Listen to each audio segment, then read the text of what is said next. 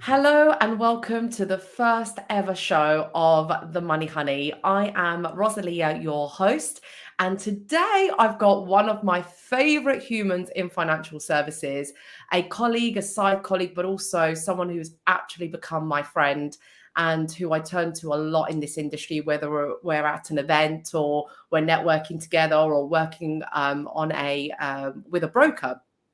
And this lovely person is Emma Roberts from Connect for Intermediaries. She is the first guest on The Money Honey, the show that brings women in property and finance. I wanted to create a safe space to highlight the women in the industry. So before we bring her on, let's kick things off.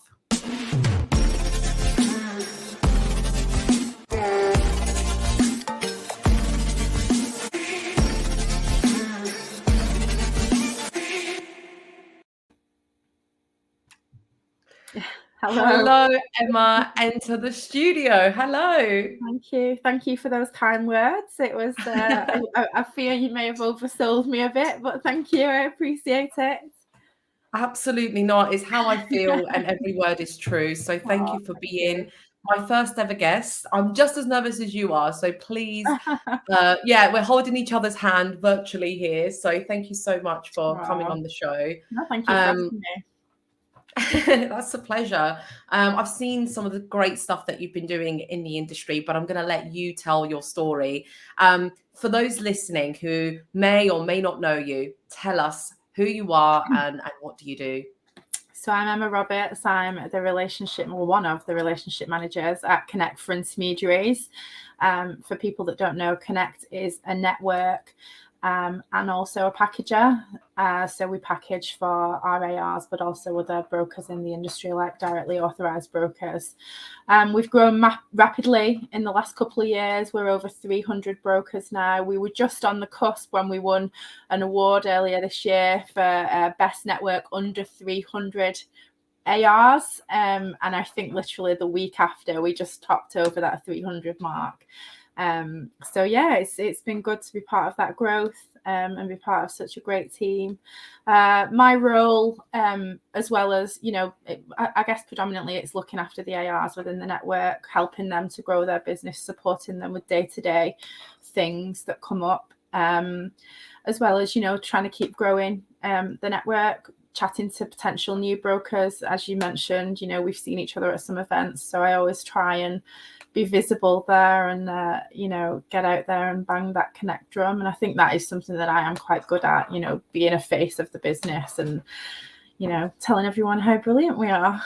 Definitely. Yeah, you're very recognizable. I know that a lot of people kind of gravitate towards you at events. When I have been at the same exhibition or event as you, I can see how warm your relationships are with your ARs, which is just so difficult to find sometimes. I deal with a lot of mortgage brokers and appointed representatives of lots of different networks. And it is that relationship that they need. It doesn't matter how big or small or the how much your commission split is, etc. They do need someone at the end of the phone. So how did you get into it? How did you become a relationship manager for a network? Well, it was a bit of a journey, really, and as I've touched on in articles before. I don't know if you've ever seen. I was actually looking for. I worked at Enterprise Rent-A-Car after Santander. Not to go into too much detail, but I took redundancy at Santander, and I don't know why I felt that I needed to be on a graduate scheme. So I got on the graduate scheme at Enterprise Rent-A-Car. It wasn't for me. I should have stayed in finance, but I had a great time, and they really, big American company, they throw you in the deep end. And I've always been ambitious, so that's a good thing. And I became at a decent management level within about 18 months. But I mean, I loved the people. I loved the people that I worked with there, but the job, no, not for me. No. So we've all been there. Yeah, I know. So I knew a few people that worked in medical device sales, and I thought, well, I'm quite personable. You can. It's a transferable skill, isn't it? So I felt like I could learn products, but I kept getting to the final two people, and because I didn't have a science degree or any experience, I just kept getting pipped to the post by someone with a bit more experience, and it was so frustrating. And this one headhunter that I was working with to try and get me into medical devices rang me one day and said, I know it's not what you're looking for, but I've got this really great role. It was Fluent Money in Bolton, which isn't too far from me. And I thought, do you know what? I've been looking now for months. I'll go for the interview. And I don't mind saying, I thought, well, if I get this job, I'll take it until something better comes up in medical devices. And from the minute I went into that interview with those directors and just got the feel for that company, it was such a buzzing atmosphere. It was such a relaxed interview with, I think it was 2 of the directors. And I came out really wanting the job. Awesome. And luckily they called me that afternoon and offered me the position. And it just went from there, really. I just threw myself into it. I didn't even know really what a second charge was at that point. And at that time, that was all Fluent did. They were a second charge master broker.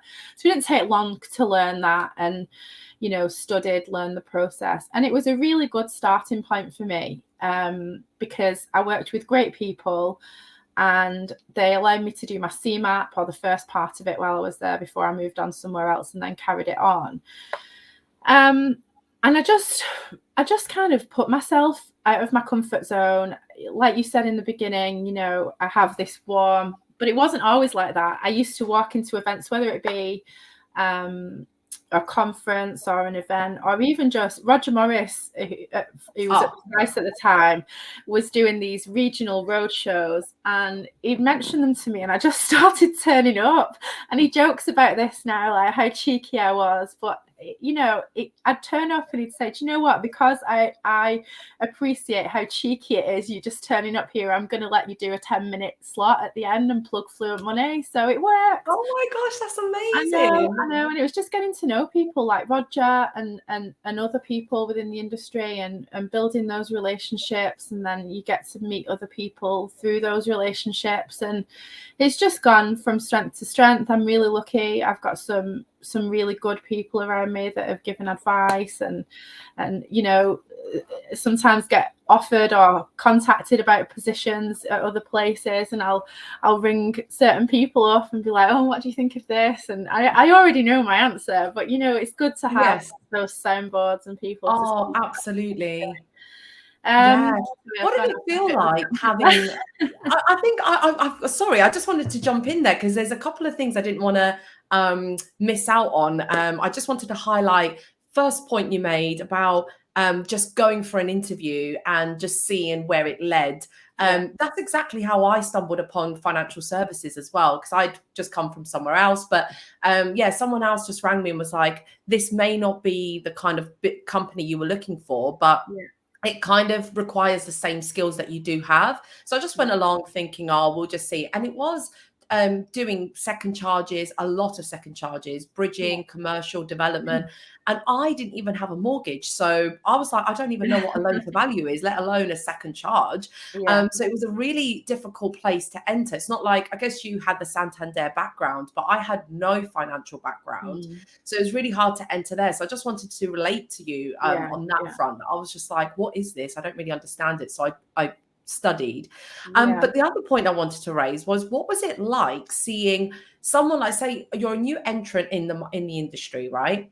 And then you see someone like Roger Morris on stage. How do you feel? Like, how are you like, what is the place for me in this world? Was that not daunting? It's very early days. Like I said, I went along to these things, and Roger's an amazing presenter, and he really owns the room, and he's so knowledgeable. He knows what he's talking about. And then I very quickly met Jamie Pritchard, who was coming up at Precise, and he started presenting at some of these events. Again, Jamie just owns the stage. He's fantastic. And you think, God, could I ever present like that? And the answer's probably no. It's not my strongest point, standing up on stage and presenting. Everyone's got their forte forte, and that's not mine. Yeah. I do it, it's fine, but I have other things that I think I'm better at. Let's talk about those then. What are you? I know this is putting you on the spot, but what are your strengths? What do you put your success down to? Why? Because I don't know why you haven't dropped this in yet, but someone's won an award for something. Yeah, so yeah, you got that somehow. I just won the Women's Recognition Award with Financial Reporter for BDM of the Year. Do you know what? It's really straightforward. I don't think I do anything that a lot of other people in the industry don't do, but I think maybe it comes from enterprise. Maybe it comes from, I don't know. I always started off working in customer services, and I've always got a customer service head on. Like if people don't reply to emails for ages and stuff, that would give me anxiety. If I've got an email from someone, if I've not dealt with that within at least a couple of hours, I'd get anxious. So I think I always come back to people really quickly. But I'm always just trying to get myself out there and get the company out there. And I guess I'm a bit pushy in a way. Good. I've wanted to meet as many people as possible. The first question you asked was, how did I end up at a network? I didn't even end up answering you because I just went off. Tangent. But I met Liz when I worked at Fluent Money, and after that time I worked at Fluent for nearly 3 years, I think, and then I went to Positive Lending. I worked there for 4 years. So by the time I came to work at Connect, I'd met Liz like 6 years ago, 7 years ago, an awards night. We got on, back then there were less and less women at these things. It's got more over the years. So I think women tended to gravitate to each other. Yes. And we just always kept in touch. So when COVID hit and the industry was a bit shaky, I put some feelers out, and it was just a conversation with Liz, and it was the right place, right time, because we knew each other. She said, I'm looking for someone to work in the north, which has ended up being from the southwest up to Scotland, but it's all good. That's what happens when you work with companies like that. Their geographic area kind of expands into a much larger place. But I mean, Liz is going to be on the show one day for sure. Like, I cannot wait to interview Liz, because very, very similar to you, I met Liz at with my previous company where I was. We met at an awards night, and I think it was actually, ironically, Women's Recognition Awards. I was a finalist. That's why I so much wanted to interview you, because I was also a finalist at this show in 2019. I didn't take home a trophy. I didn't win. But the fact that I was actually even nominated, that I was actually there, I just thought, what on earth? And I genuinely, like, the imposter syndrome in me just made me think that the reason I must have been nominated was because there was just no one else. But that is not the case, because there are some phenomenal women in the industry, and they are celebrated. But Liz, basically, we met at an event. We met at Women's Recognition Awards. We'd seen each other many, many times. And she was the first person that I announced to that I was starting a business during the pandemic. She was the first person I told.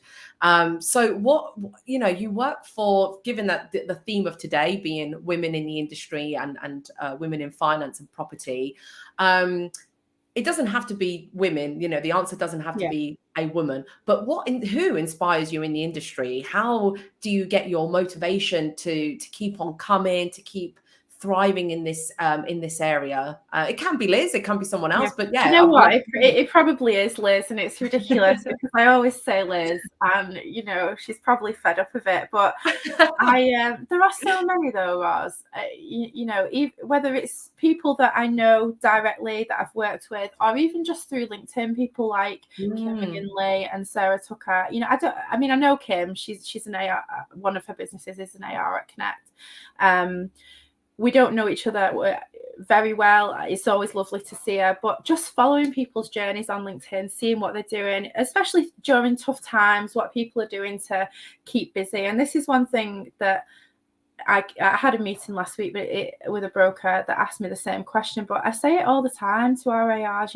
We are in very strange times at the moment. It's a bit uncertain. Really use LinkedIn to see what other people are doing. How are they growing? How are they staying above water? And it's seeing all, not just women, men as well on LinkedIn. There's so many people that I like to follow. But yeah, Liz, and not because I want to do what Liz has done. I'm not. I don't think I'm the type of person that would ever own my own business. I think I'll always be employed.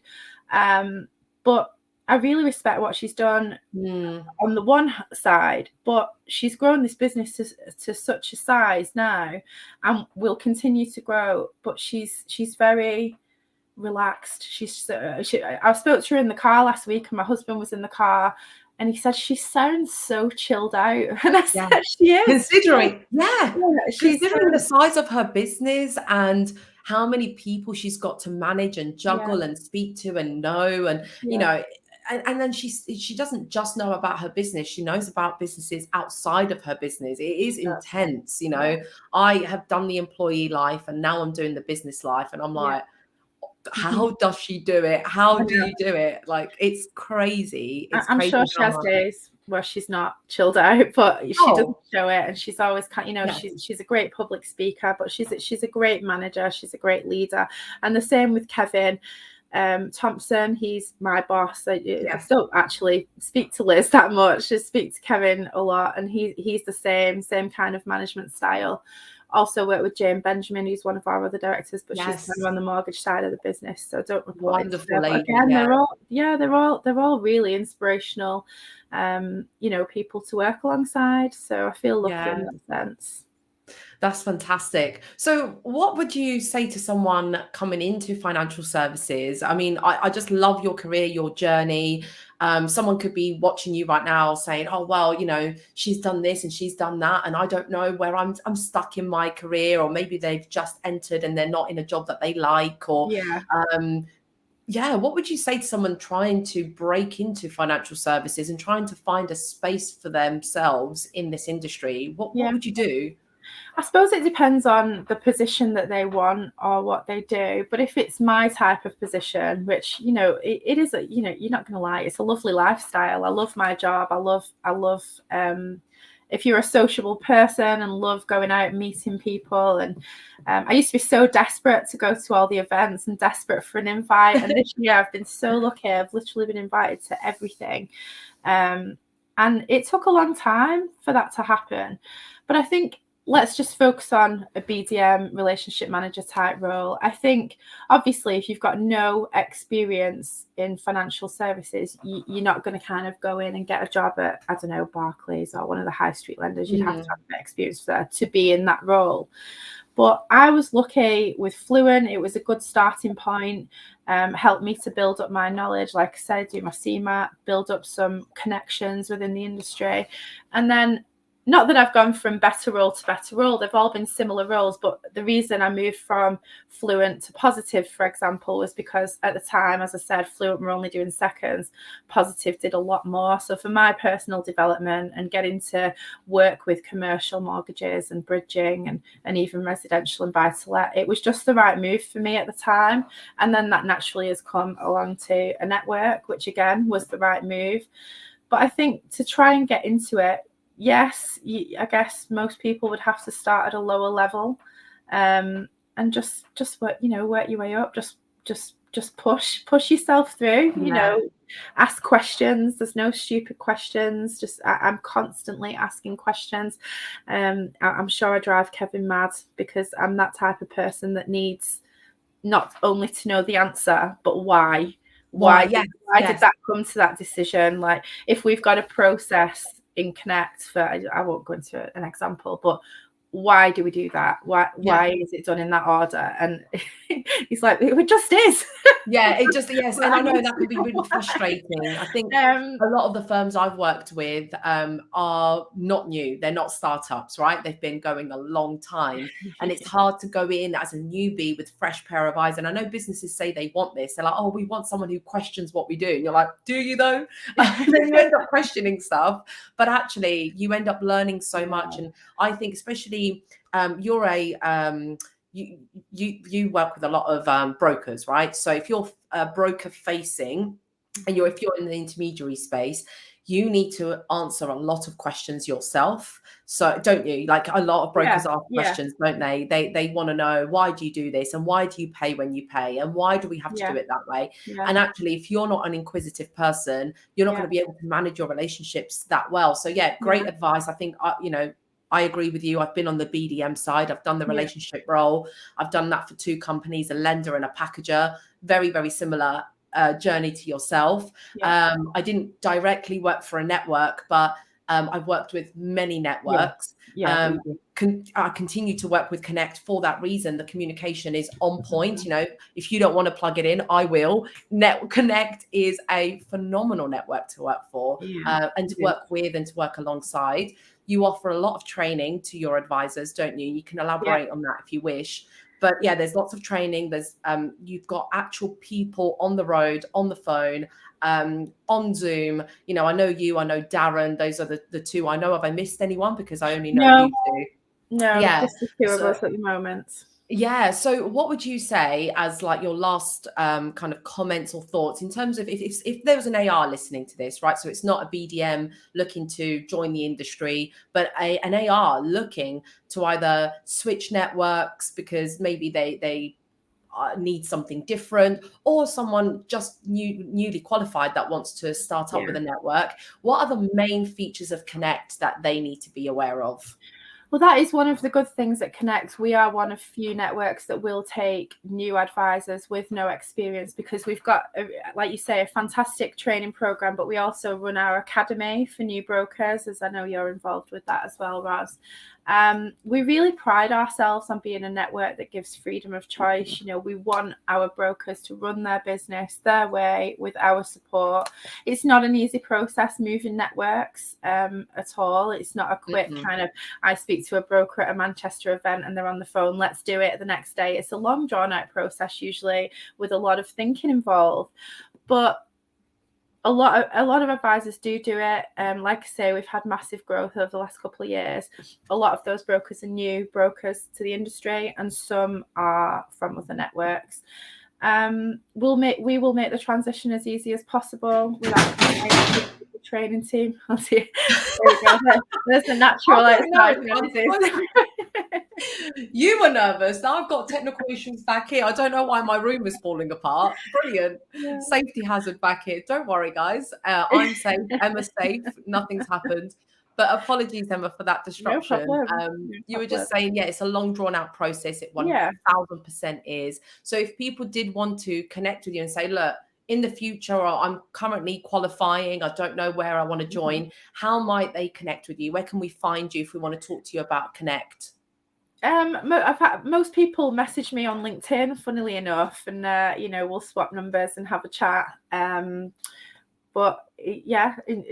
email emma@connectmortgages.co.uk. But just most people through LinkedIn. Obviously, I'm quite active on LinkedIn. I enjoy it. I think it's good to get your personality across, as well as promoting the business and what you're doing as a business. Off the back of that, I've had quite a few brokers send initial messages. Some of those still with existing networks they might come across at some point, and others that have. They come. I know Kevin said to me before, my manager Kevin, he has people come to him that he had conversations with 2 years ago, and it just might not be the right time then, but it is now.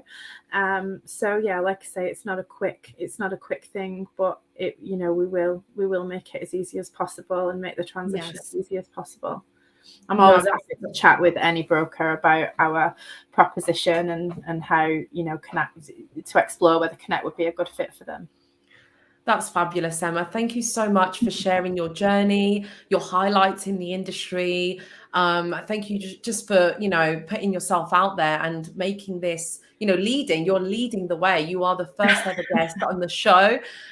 You can breathe. You did amazing. I've loved talking to you. And I just know that women watching this that are trying to enter the industry, I want them to see, normal people like you and me that came in nervous with no experience, and we found a way, we found a home, and we found good people to surround ourselves with. So thank you for, making, just doing your bit. I really do appreciate that. So that was You're welcome. You're welcome. So, in the show notes, I will be including all of Emma's socials, like LinkedIn, her email address, etc. If you want to reach out to Emma and if you want to hear more about Connect, and don't forget to like and subscribe to the channel. Share this good news with other people. If you know someone that's trying to get into financial services and they want to take the BDM route or they need to speak to a network, then this was a great show to highlight to them. And we've got some amazing speakers coming next. Emma, you've mentioned a couple already, so we're really excited. We're really excited to bring some more speakers to you. But if you want to speak, right? If you want to be a speaker on the show, Emma, how did you find it? How did you find speaking? Yeah, fine. You know, we speak on the phone from time to time, as you said in the beginning. We're just having a chat, aren't we? I'm not sure. You know, you mentioned the imposter syndrome. I think everyone suffers from that at some point. You know, and that just to back up coming into the industry and creating your own space. It's a big enough industry for everyone to be successful, for everyone to do well and create their own little part in this industry. But yeah, we all suffer from imposter syndrome, and 1000%. Yeah, I think the bigger you get, the harder it is, isn't it? Yeah. But once again, thank you, Emma, for being on the show. Thank you for listening, guys. And if you want to be on the show, please do reach out.